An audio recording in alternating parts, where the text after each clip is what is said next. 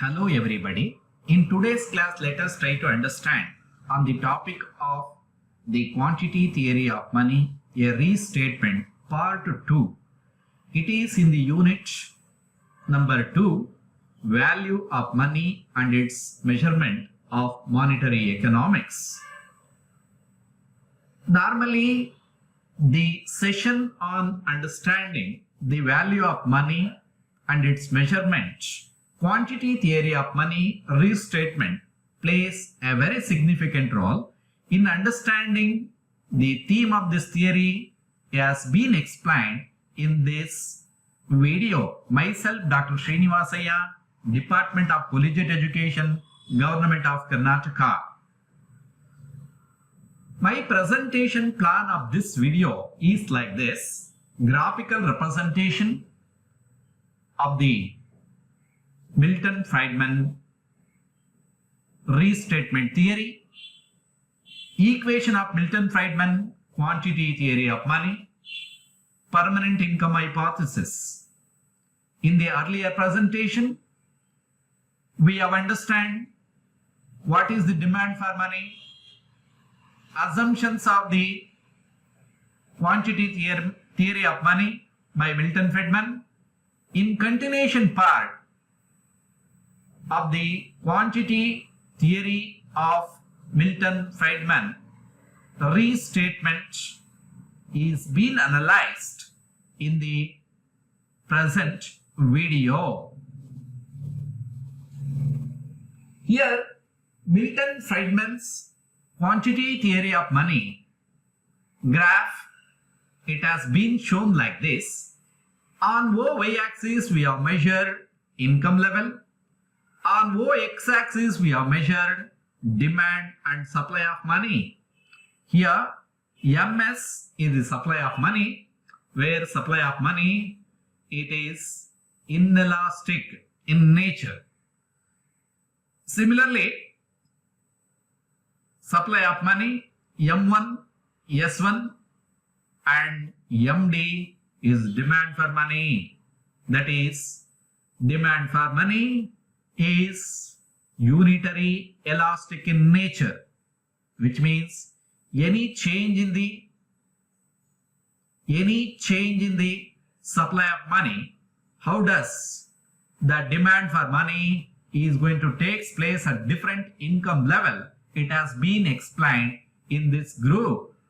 Here you can see here, that is, if it is OM level of demand and supply of money is there in the system with the income level of OY, there is an equilibrium point of E has been established with the money supply of MS.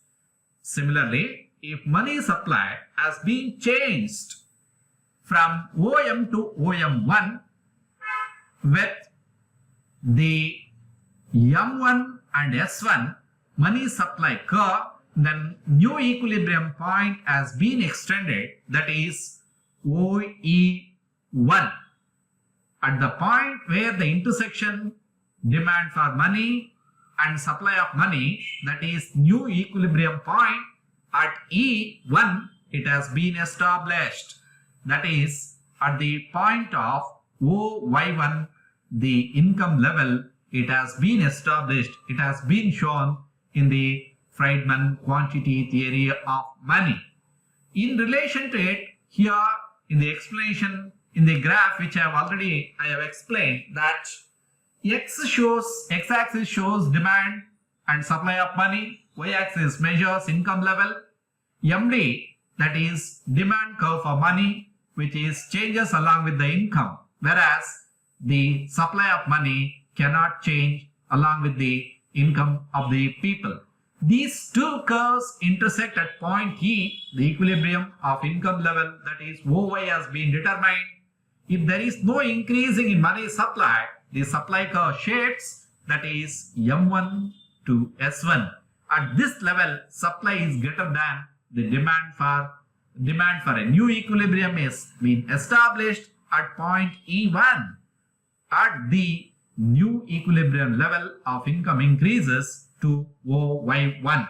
So that is OY1 means here till here the new equilibrium level E1 it has been established at the new income level of OY1 with the money supply of OM1. Like this, the money supply and demand will take place, which has been explained with the Milton Friedmann quantity theory of money restatement. Further, Milton Friedmann equation, quantity theory of money. So it has been analyzed as follows. M over P is the function of, that is, the total stock of money demanded to the price level is the function of a real income, wealth in non-human form, and expected nominal rate of money, that is in the form of Rn, and RB, that is in the form of expected rate on bonds, and at the same time RE, that is expected nominal rate of return on equities, and GY, that is 1 over P, and DP over T is the expected rate of changes in the price of goods as the expected nominal rate of return physical assets. U stands for variables other than the income that may affect the utility attached to the services of money, which means to say that money supply, the total money stock demanded, it is always depends on the following factors, that is real income, that is wealth of non-human form, that is nominal rate of return on money, and expected return from the bonds, and expected return from the equities, and changes in the price level of goods, and at the same time other variables income. So therefore money is a function of, money demanded is the function of these factors. It has been analyzed by the Milton Friedmann in the restatement theory. Milton Friedmann also explained the permanent income hypothesis. In the permanent income hypothesis, it is an explanation of consumption function of both short-term and long-term consumption function. He explained the permanent income hypothesis, that is short-term and long-term consumption function. Here all of we know the consumption function is the income of an individual increases, even consumption is also increases, but it is always less than proportionate increase in the income of an individuals. So here in the short term, what is the nature of the consumption, and long term, what is the nature of the consumption?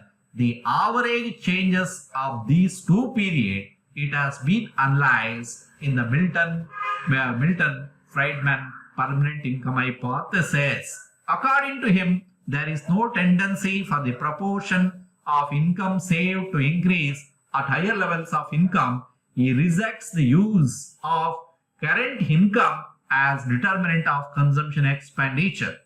He divides consumption and income into permanent and transitory components, so that is Ym is equal to Yp plus Yt and Cm is equal to Cp plus Ct, where Y stands for income, C stands for consumption, and MP and T are stands measure of different permanent transitory components.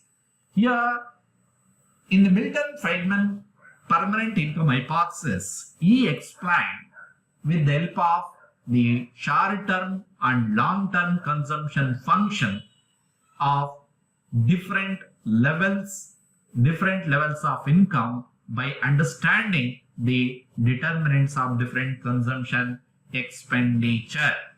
Further, what are the main points of permanent income hypothesis? The permanent income hypothesis states that individuals spend money at the level consist their expected long-term average income. He said that what is the expected long-term average income is going to be accordingly he is going to spend. Here, what do you mean by hypothesis? Hypothesis is the tentative explanation of two different variables. It is a tentative variables of two different variables. Similarly, Milton Friedmann developed permanent income hypothesis, believing that consumer spending is a result of estimated future income as opposite to consumption, that based on current after tax income. After tax income, what is going to be the consumption pattern between the short term and long term consumption expenditure, that has been analyzed in the permanent income hypothesis. Under the theory, if economic policies result in increased income, it will not necessarily to translate the same increased income to the consumer spending. He also that because of the economic policies, if increased income of an individual, he said that it cannot be converted into consumer spending. This may go for consumer savings also. That is what he has explained in the theory of permanent income hypothesis. An individual's liquidity is a factor in their management of income and spending. So here, an individual liquidity is a factor, an important factor of income and spending. That is what he said. Totally, we can say that the permanent income hypothesis of Milton Friedmann, it has been explained the expected long-term average income will be deciding the spending pattern of an individual. That has been explained by Milton Friedmann. Next, further, permanent income hypothesis with an example. Let us take an example. If a worker is aware that there is likely to receive an income bonus at the end of the particular period, it is possible that worker spending in advance of that bonus may change in anticipation of the additional earnings. However, it is also possible that workers may choose not to increase their spending based on solely on short-term windfall. He may instead make efforts to increase their saving based on expected boost of income. Here we can see that if consumer is having an expected increasing in income, instead of spending, he may save. That is what he has explained in the permanent income hypothesis by Milton Friedmann. Something similar can be said of individuals who are informed that they are receiving an inheritance of their personal expenditure could take advantage of the anticipated influence of funds, but this theory, they may maintain their current spending levels in order to save the supplemental assets, or they may seek investment those supplemental funds to provide long-term growth of their money rather than spend it immediately on disposable products and services. So here, any person's income, it is always depends on the always in the money in the hands of individual, that is disposable personal income. Disposable personal income, that is DPI, which is always is equal to personal income minus direct taxes.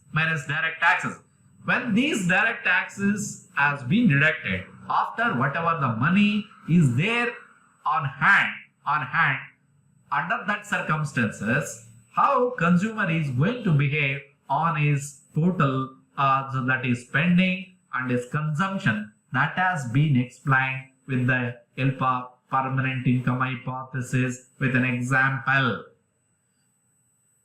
Permanent income hypothesis with a graph. So here we can see to it the short-term consumption function. This is CS and C high that is, CL, long-term consumption function. So with the long-term and short-term consumption function, how an income and consumption pattern is being changed, that has been explained in this graph. So here, y-axis we have measured consumption, at the same time x-axis we have measured income. See, when short-term consumption and short-term consumption and long-term consumption, the intersection point at E naught, that is equilibrium point, has been established. Equilibrium point has been established. At the same time, here at the y naught income level is going to spend, that is OC naught level of consumption. OC naught level of consumption. At the same time, you can look into it here. If the consumption in the short-term consumption function, in the short term, you see here, so that is E naught E1, that is equilibrium level 1, which is going to establish in intersection, in the point at intersecting the short-term consumption function, that is consumption O level, that is OC3 level of consumption with Y3 level of income. Like this, an equilibrium point has been established. At the point E4, you can look into it here, that is long-term consumption function. In the long-term consumption function, here you can see to it here, there is a, see, OY4 level of income with OC3 level of consumption, which means here, though there is an increasing in the income, the consumption, see here, there is no change in the consumption. Very important point, there is no change in the consumption for both short term and long term has taken place. Both in the short term and long term, it has taken place both, though there is a increasing in the income of an individual. Similarly, here you see at point E1, which means at Y1 level of income, consumption pattern will be the same. That is C2 at the point E2, which means to say that not necessarily consumption expenditure is expected to increase with increased income during the short term. So it has been explained by the Milton, Friedmann, even during the long term. So therefore, he has expected an average change whatever expectation takes place. Accordingly, the variables are going to change. Changing is going to take place. That has been explained in the permanent income hypothesis. The same thing has been explained here. On x-axis we measure, x and y-axis we have measured income and consumption. That is CI, long-term consumption function. CS is the short-term consumption function. Y0, the income level, that is CS and CI coincide at point E. At this point, changes in the permanent income measured, that is current income, are identical, so that permanent and measured consumption as shown by OC0. If we move to left, point E0 on CS curve at point E3, the measured income declines to OY3 due to negative transitionary income component. So therefore, we can say that permanent income hypothesis, it is the explanation of both short-term and long-term consumption function, which has been explained. So that is already I told, consumption function is the income of an individual increases, even consumption is also increases, but it is always less than proportionate increase in the income of an individual. How it is going to take place in the short term and how it is going to take place in the long term, that has been explained in the permanent income hypothesis with the help of a graph by Milton Friedmann. Further, to understand, to recap, in today's whatever video we understand, Milton Friedmann quantity theory of money equation, what are the money supply, what are the determinants of money supply, what are the determinants of quantity demand of money, and how it has been changed over the period of time, that we understand. Similarly, the demand and supply of money, what are the important factors are influencing long term and short term. In the long term and short term, the consumption function, a different consumption function explanation itself is a permanent income hypothesis, which has been explained by Milton Friedmann in the restatement theory of quantity theory of money equation. It has been explained in this video. In continuation of this video, further content it is going to be explained in the next video. Please do watch accordingly. Thank you very much, my dear all students. Please do watch the next video in understanding the complete theory of Milton Friedmann quantity theory of money. Thank you.